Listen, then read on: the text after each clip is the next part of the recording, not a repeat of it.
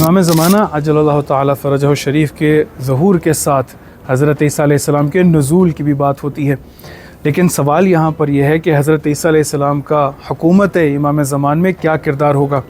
तो रिवायात ये ज़िक्र करती हैं कि जब इमाम ज़माना अज्जलल्लाहु ताला फ़रजहु शरीफ मक्का से अपने लश्कर के साथ फ़लस्तीन के लिए रवाना होंगे तो फ़लस्तीन में यहूदी और ईसाई भी आबाद होंगे। इमाम ज़माना ईसाइयों से ख़िताब करेंगे और अपनी तरफ दावत देंगे। जब ईसाई आगे से इनकार करेंगे तो वहाँ पर फ़लस्तीन में हज़रत ईसा अलैहिस्सलाम का नुज़ूल होगा और हज़रत ईसा अलैहिस्सलाम आकर तमाम ईसाइयों से कहेंगे कि देखो, जो तुम मेरा दम भरते हो, मैं ख़ुद इनकी इमामत का कायल हूँ और इनकी इताअत में हूँ। वहाँ पर एक नमाज कायम होगी कि जिसकी इमामत इमाम ज़माना फरमाएंगे और उनके पीछे हज़रत ईसा अलैहिस्सलाम नमाज अदा करेंगे।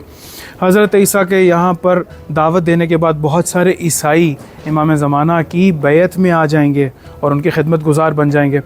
रिवायात जब आगे बढ़ती हैं तो कहती हैं कि जब ये सारा माजरा हो जाएगा तो वहीं पर हज़रत ईसा अलैहिस्सलाम का यानी फ़लस्तीन में ही इंतकाल हो जाएगा और इमाम ज़माना अज्जलल्लाहु ताला फ़रजहु शरीफ हज़रत मरियम सलामुल्लाह अलैहा की कब्र के साथ हज़रत ईसा अलैहिस्सलाम की तदफ़ीन करेंगे और हज़रत ईसा अलैहिस्सलाम की तदफ़ीन के बाद वहाँ से आगे कूफ़ा की तरफ रवाना होंगे कि जहाँ पर मस्जिद सहला में अपनी हुकूमत का मक़र कायम देंगे।